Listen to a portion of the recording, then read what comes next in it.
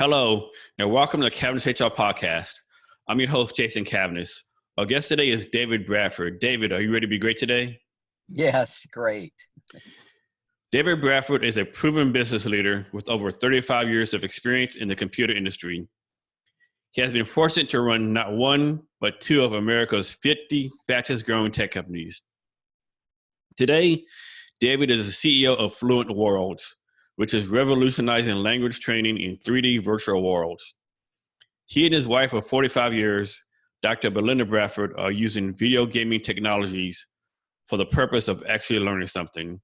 Imagine a classroom or training environment where instead of having video games interfering with classroom instruction, video game technology is at the core of your instrumental paradigm. In 2019, David was given the Utah Genius Award for his life's work in technology by the Utah Genius Group. In 2018, Brigham Young University gave Mr. Bradford the Distinguished Emeritus Alumnus Award. In 2017, David was honored with only the second ever Lifetime Achievement Award by Utah Business Magazine. David has previously served as CEO and chairman of two remarkable companies, Fusion/IO and HireVue. Fusion/IO went public and eventually achieved a $3.6 billion valuation. While there, David recruited and hired the iconic Steve Wozniak, co-founder of Apple, as the company's chief scientist, and Business Week named him the company's most innovative.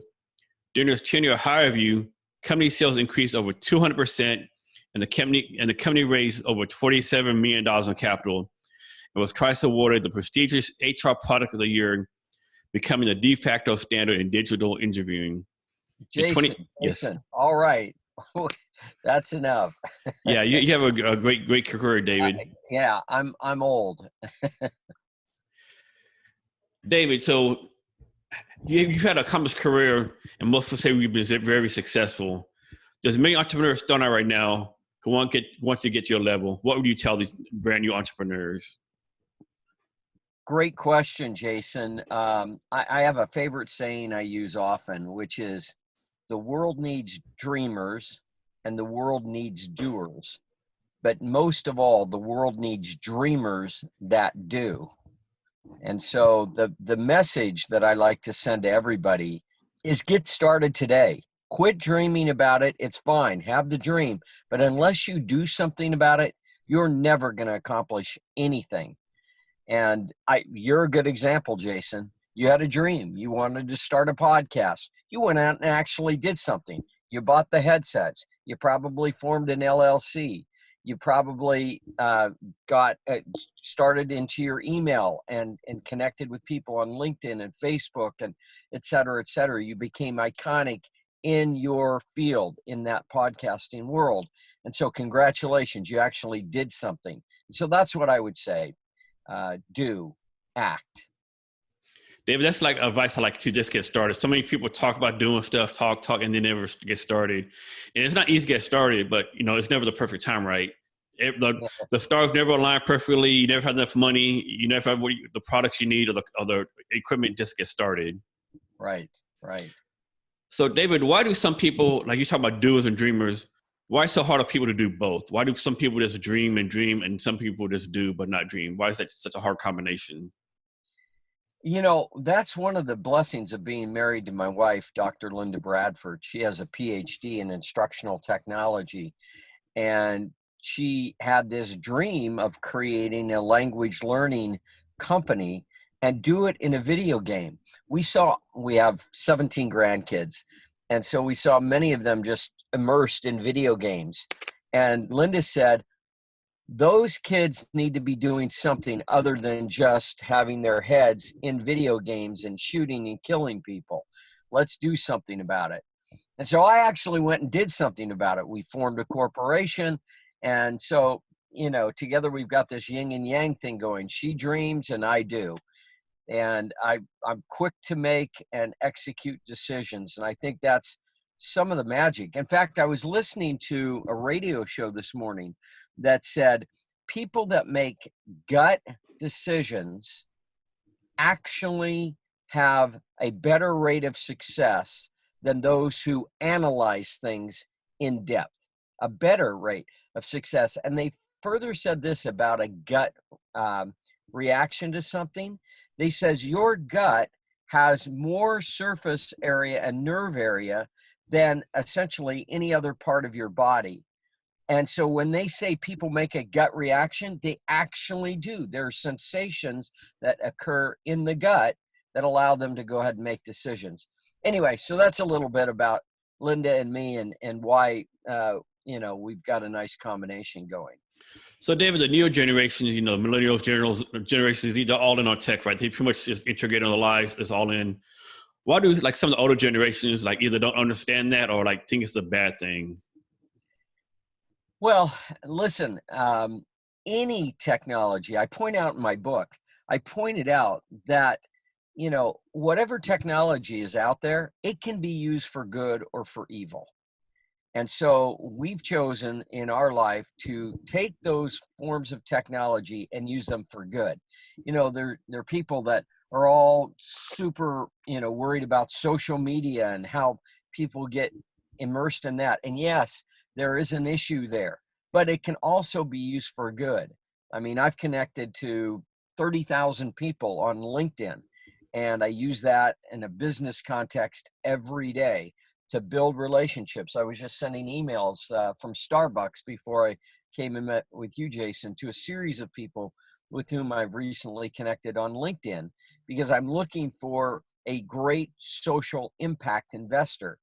LinkedIn gives me the ability to go in, refine my search, and find social impact investors and connect with them, and then send them email, and we start a dialogue.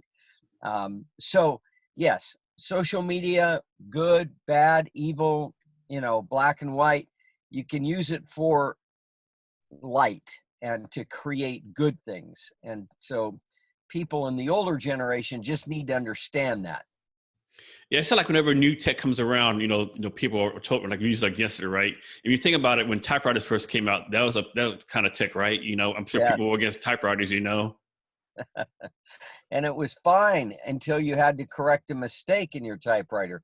And then they invented that white tape that you could put over, and so you could eliminate your mistakes. That was pretty cool. I remember that innovation. Yeah, I remember those days too. Yeah. And talk a little about LinkedIn, because I don't think a lot of people use LinkedIn as a full potential. Like some people, LinkedIn is just for looking for jobs, but the potential of LinkedIn is, I don't think, even like maybe 10% tapped right now. Absolutely. LinkedIn is powerful, and it's in for the long term, and it's an amazing tool if you learn how to use it. And to your point, Jason, many people wait to use LinkedIn until they need a job. Folks, the time to start using LinkedIn is today, before you need a job. So get that profile out there, get it posted, begin to interact, begin to post, etc. And you will find great connections that you can make there. And then when you get fired from that job, or when your company merges with another company and they have to downsize, you'll be ready because you have a profile out there. You're active already on LinkedIn. But if you wait, until, you need a job to go out and start doing those sorts of networking, then you're at a deficit. Because that job you're in right now, you're going to leave that job sooner or later through some kind of way. Yeah. So David, of course, one pet peeve at LinkedIn, you always connect with people on LinkedIn, and it happens once in a while. Like within a minute, someone said you this 10,000 word essay, why you have to buy that stuff, or you'll fail as a human being, right? But that's, pretty far between, fortunately. Right. That's the rarity. You do get lots of requests to connect from India and other places around the globe. At least I do. With everybody's got a great IT solution that's going to revolutionize my business. But, you just click and say ignore, and, I don't know this person, etc. And so they're easy to quickly go through there. The harder ones, the edge cases on who to accept or not accept, is you got to go in, you looked at their profile carefully, and then understand who has recommended them, who has clicked on I endorse this person, etc. So that's really important. Sometimes I'll get a request for someone and it'll say they have 500 plus LinkedIn connections. Well, that's great, But then I kind of probed down a little bit further into their profile, and I begin to understand they've never been endorsed by anybody, et cetera, et cetera. And so you can pretty much decide, hey, I'm going to ignore this connection request, because I like to see people that have been endorsed or recommended actively on LinkedIn. One thing I like LinkedIn too is like just we said, I guess just get started on LinkedIn. Just ask for help. I've seen so many times when somebody says, "Hey, I just got laid off. I don't know what I'm doing," or just and you literally like within minutes, hundreds of people wanting to help. Yeah. Yeah, no, I've hired significant people using social media. My chief financial officer at Fusion IO came from a Facebook connection that I made. I just posted something looking for public company CFO. I posted on Facebook, and an old friend of mine who had been at Morgan Stanley years earlier came back and said, "Hey, you should be talking to Dennis Wolf." And Dennis was a Silicon Valley publicly traded CFO kind of guy, and connected with Dennis on Facebook. And lo and behold, I hired him, and he was a fantastic chief financial officer for me. And I've done that numerous times on LinkedIn. David, can you talk about your role as an advisor to the Women Technology Council of Utah and why serving this role is important to you? God bless those women. I absolutely love Sydney Tetro and Sarah Davis and the people that founded that. Again, going back to what I said earlier, they actually did something. They saw a problem out there.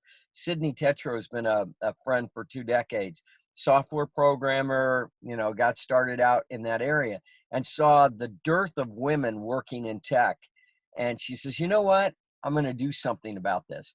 And so she formulated a small little group with Sarah and Kristen Wright. And here we are, from a standing start. I think it was about 12 years ago, they asked me to be on their advisory board. And I said, sure. And gosh, they probably had 25 people at the time. Now there's more than 2,000 active members of the Women's Tech Council of Utah. And it's probably one of the best in America. And so I would encourage any women listening to this to join your local tech council, get involved, et cetera. There's still far too few women working in, software development, computer sciences, engineering, programming, et cetera. So for this council, are these females looking for jobs? They college students? What's like the demographic? Oh, their demographic of their membership is, ladies 6 or 18 to whatever. And, but people that are working in a technology related field, et cetera, or people that want to work in a technology related field. And so they also have a huge outreach to the junior highs and high schools in the state of Utah. I went to an event where I presented, it was last spring, and I gave like 4 different speeches on tech and women and so forth to little subgroups. And I addressed 120 young ladies in that age group. And so they do an outreach to those young women so that here's what happens. At the end of high school, half of the women and half men are in kind of engineering and sciences. But by the time they graduate from college, it's 80 to 20 male versus female. What happens in those ensuing 4 or 5 years in college that gets women kind of moving out of tech, et cetera? And so that's one of the early issues that need to be attacked. And that's why they're going after these young ladies to tell them of the benefits. David, I also remember reading a stat, and I don't know if it's true, but I'm pretty sure it is, where it said, like, in elementary school, like 80% of females are interested in STEM in elementary school. That number drops like 80 down like 25% by the time they go to high school. So like there's a big drop from elementary to, so what's happening in junior high? Is it societal pressures? I mean, what is it and how do we fix that? Yeah, no, I wrote an article 2 or 3 years ago on this topic. You can find it at davidbradford.com.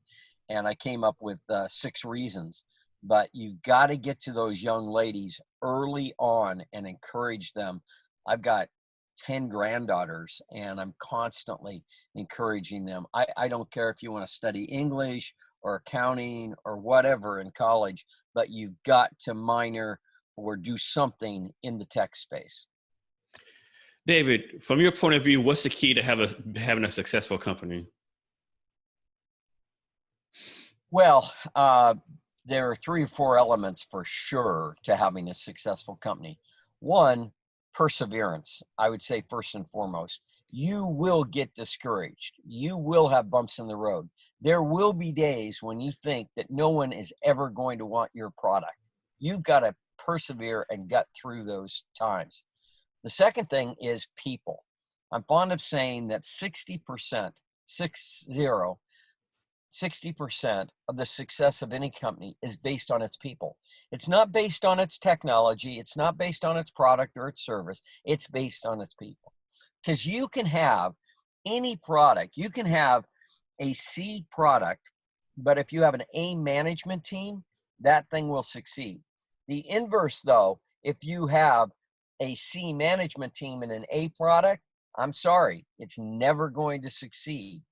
It's people that create relationships. I'm fond of saying that every business transaction has its basis in a personal relationship.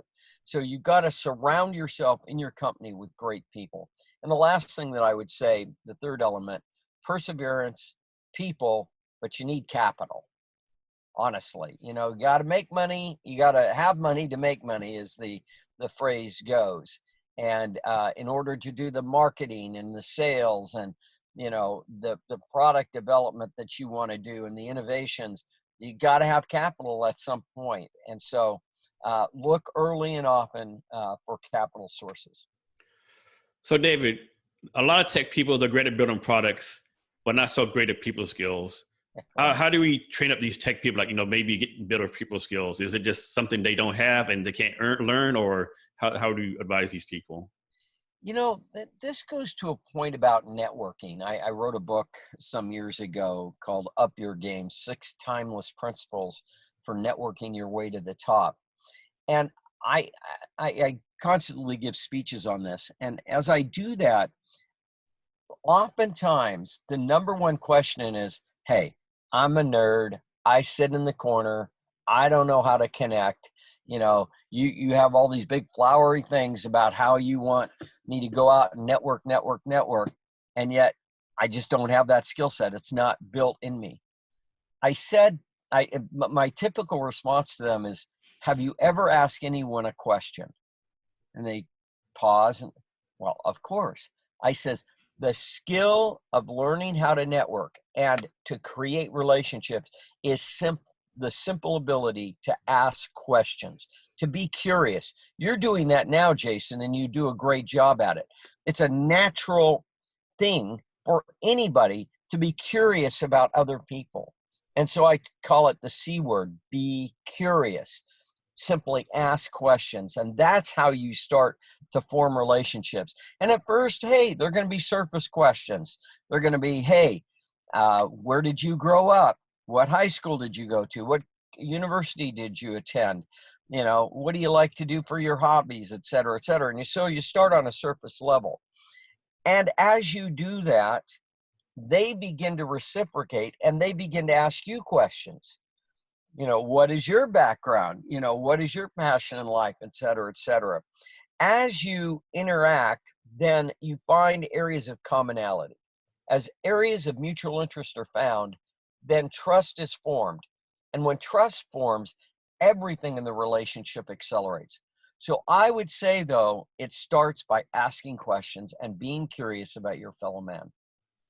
David, we talk a little bit about fundraising. When should a company start fundraising, and how to go about the process? Someone has an idea that has traction, but they're no investor, so maybe they're not in Silicon Valley or Utah. Maybe they will say they're in Little Rock, Arkansas.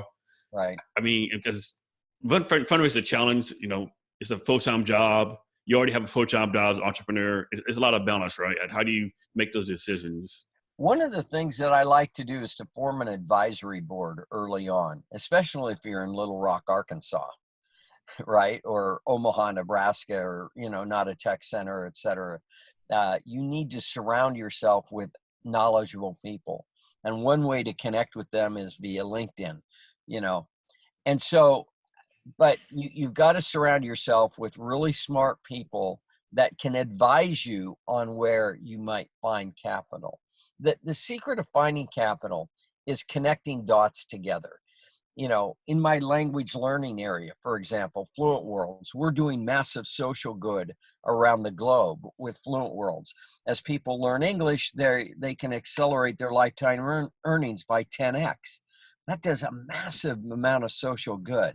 And so I'm trying to find social impact investors that love that messaging, but also want to find a profitable revenue model. And so I try to connect those dots together. For someone else, it might be that high net worth individual that has a passion for what you're doing. Maybe you're in the carpet laying business. Well, go find the guy that founded the largest carpet, cleaning company in the world and ask him to be on your advisory board. Surround yourself with strategic advisors that can help you and help you raise capital. David, earlier you talked about perseverance of startup founders. Everyone knows they got to keep at it, persevere. But what is there a time that comes like you should say, you know what, I've been doing this for X amount of years. I'm not meeting any of my goals. I need to do something different. Yeah, that's a fair point. And not every startup succeeds. Maybe it's the wrong people that you have on your team. Maybe you haven't been able to find capital.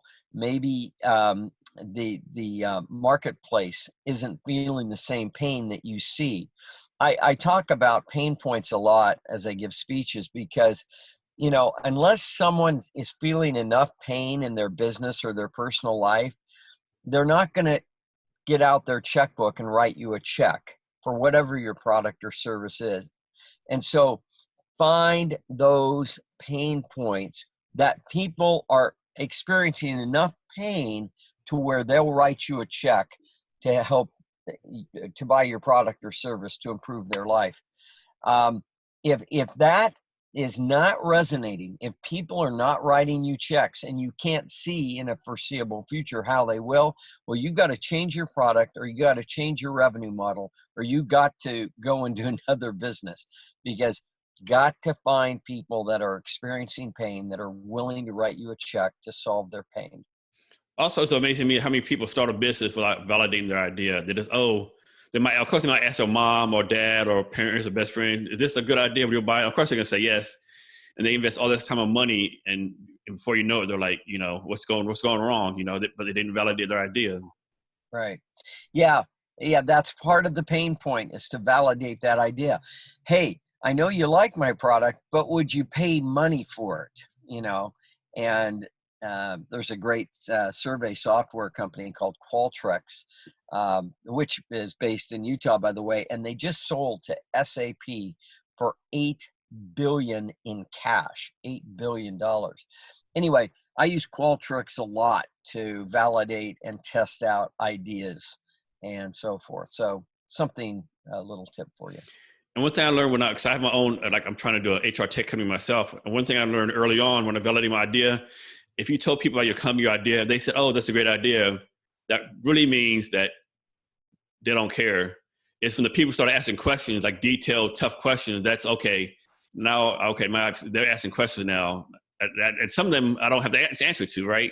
So Right. maybe to me, that you have something, at least to my point of view. That's really a good point, Jason. I've had that discussion a number of times with my wife. We'll go into a meeting and, why are they pushing back so hard? Why don't they understand this or that? And, I just say, hey, my experience is the harder the questions, the better the opportunity.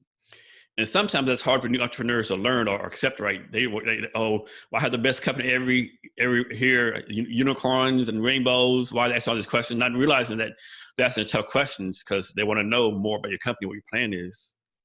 Yeah, absolutely. So David, you've been a lifelong entrepreneur. Why do you continue to start companies? Well, I have another favorite saying that I use. I say, I choose to use my success not as a hammock, but as a springboard. And so, my mom's 96 and a half. And she gets up every morning and she says, David, this is going to be the greatest day of my life. Something great is going to happen to me today. And it's a mental attitude. If you can get out of bed and say something great is going to happen to me today, you know, I so admire that attitude. And I think that DNA has seeped into my background, because I just have an enthusiasm for life. I have an enthusiasm for changing the dialogue. You know, for so long in the language learning market, you know, people started out by, you know, putting on a headset and listening to an audio tape. And then it came to an app like Duolingo or Rosetta Stone or Busu, Babbel, etc. And those are nice apps, but they're all kind of flashcard based. Well, we said, wait a second, why can't we create a virtual immersion method?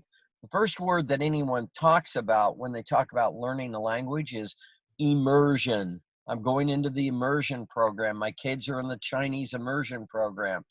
Well, not everybody can afford to fly 10,000 miles to America to be immersed. And so that's what we created. We created a virtual experience where people can walk into a grocery store, a restaurant, a hotel, and have interactions and learn the words, phrases, and sentences that they need to utilize in those contexts. Anyway, so that's what keeps me rowing my boat and moving forward. We're having a great time. So David, kind of off the subject, but you bring a good point. Like in previous generations, when people retired, you know, they got the rocking chair out, you know, play golf. If nowadays it's like people 50, 60, even 70 are starting companies, staying involved, they're traveling. It's like they're like more engaged. It's just I think it's just a great change in philosophy now. You know what? Not that money means everything to me, because it clearly doesn't.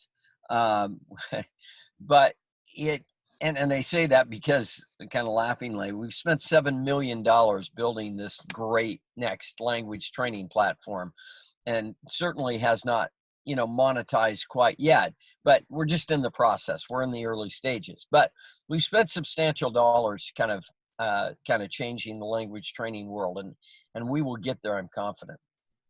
But you know, people are surprised when I say I've made 90% of the wealth in my life after I was 55. Think about that. You know, people go, oh God, I'm never going to make it, whatever. I tell you, I mean, I did okay, certainly early in my life and early in my career, and it provided a platform. But yeah, 90% of the wealth came after I was 55. And, you know, regardless of who your football team is or whatever, you know, like the Cowboys, not like Cowboys, to me, you have to admire Jerry Jones, what he's done, right? I mean, he built Cowboy Stadium. He's involved. I just think like he's he's doing these great things, I think, you know. You know, I have mixed feelings on Jerry. Listen, he's created a valuable asset. I think it's the most valued, highly valued sports franchise in America. Congratulations, Jerry. And even bigger congratulations, because they have not won a playoff game in 25 freaking years. And yet they continue to be the buzz. And I look at that thing and I go, what the heck? You know, that's a losing proposition. They can't even win a playoff game. You know, look at all the other teams, you know, winning playoff games. And, you know, they never, ever get the press or the pub that Jerry and the Cowboys get. So it goes to show you, maybe I'm wrong. Maybe you can have a C product, and succeed, because Jerry Jones is kind of a genius. So I give him credit for creating at least this perception of success, because the truth is they've not really succeeded in the last 25 years. No, they have not. No, they have not, unfortunately. I'm a big Cowboys fan too. It's just killing me. Yeah. Well, I think you got to start a bit from scratch. You know, Dak Prescott's a fine quarterback, but he's never going to be an A-level No. Quarterback. So no, definitely not. And then I'd say go get Tom Brady, but nah, Brady's not going to do it at 42. So Yeah, you're going to have to draft some, Deshaun Watson or Lamar Jackson or, Aaron Rodgers or, someone who, and here's a tip for you. Go out and get Taysom Hill from the New Orleans Saints. Did you see what he did last Yes. Sunday? I mean, that team couldn't move the freaking ball. You put Taysom in, they run down and score a touchdown. You put Taysom in, they run down and score a touchdown. I love Drew Brees, and he's great, but he's getting a little older. Anyway, Taysom's remarkable. So, Dave, you talked about us a little bit about your company. What's your vision for the company? Well, we want to create the world's next great language training company. That's, flat out what our intent is. I see this company being 100 million in sales in 5 years and so forth. So that's what we're going to do. And I've got a great team around me. We've got an active team, about 15, and would like to raise some capital at some point. I've been able to fund this, basically by myself along with my wife for the last few years. But to really accelerate our growth, I need an infusion of capital. So that would be a good thing. Yeah. And David, are you using like AR, VR technologies for FluentWorlds? No, really think about it more of just playing a video game on your smartphone. I can quickly show you here. Your guests, I think, will be excited to see this. And so I don't know if you can see that on I can see it. Yeah. So welcome to FluentWorlds. And so I've clicked here. And now you can choose one of 57 different categories. You can go to a restaurant. So I'll click on, this one's getting a loan. And so now I'm teleporting to a bank. And there's a character in the 3D world. And then, hi, it's nice to see you. And then we have speech recognition built for us by the father of the Amazon Echo. Hi, Lisa. It's wonderful to see you too. Hi, Lisa. It's wonderful to see you too. I will help you get a loan today. You can borrow money from the bank. So hopefully, I don't want to take up all the time, but I did want to show you that. And I think you can get the idea that, hey, you're in a bank. You're learning how to get a loan. You're learning the phrases and the sentences in context. So is it safe to say this is a passion project for you? Oh, well, I think you hear from my voice that it is we're completely passionate about it. But unless there's an underlying revenue stream, passion's only going to get you so far. And so the underlying revenue stream is we charge people $10 a month to utilize FluentWorlds. And if you get 1 million users at 10 million a month, or $10 a month, that's 10 million a month in revenue. And I'm screwed up on the math now. If you get 1 million users paying you 10 million a month, or paying you $10 a month, that's 10 million in monthly sales, or $120 million annual revenue company. Do I think we can do it? Absolutely. David, I understand you have something for our listeners today. What's that? David, I understand you have something for our listeners today. Oh, absolutely. I have this great book I mentioned earlier, Up Your Game, 6 Timeless Principles for Networking Your Way to the Top. I'm happy to send a copy to, a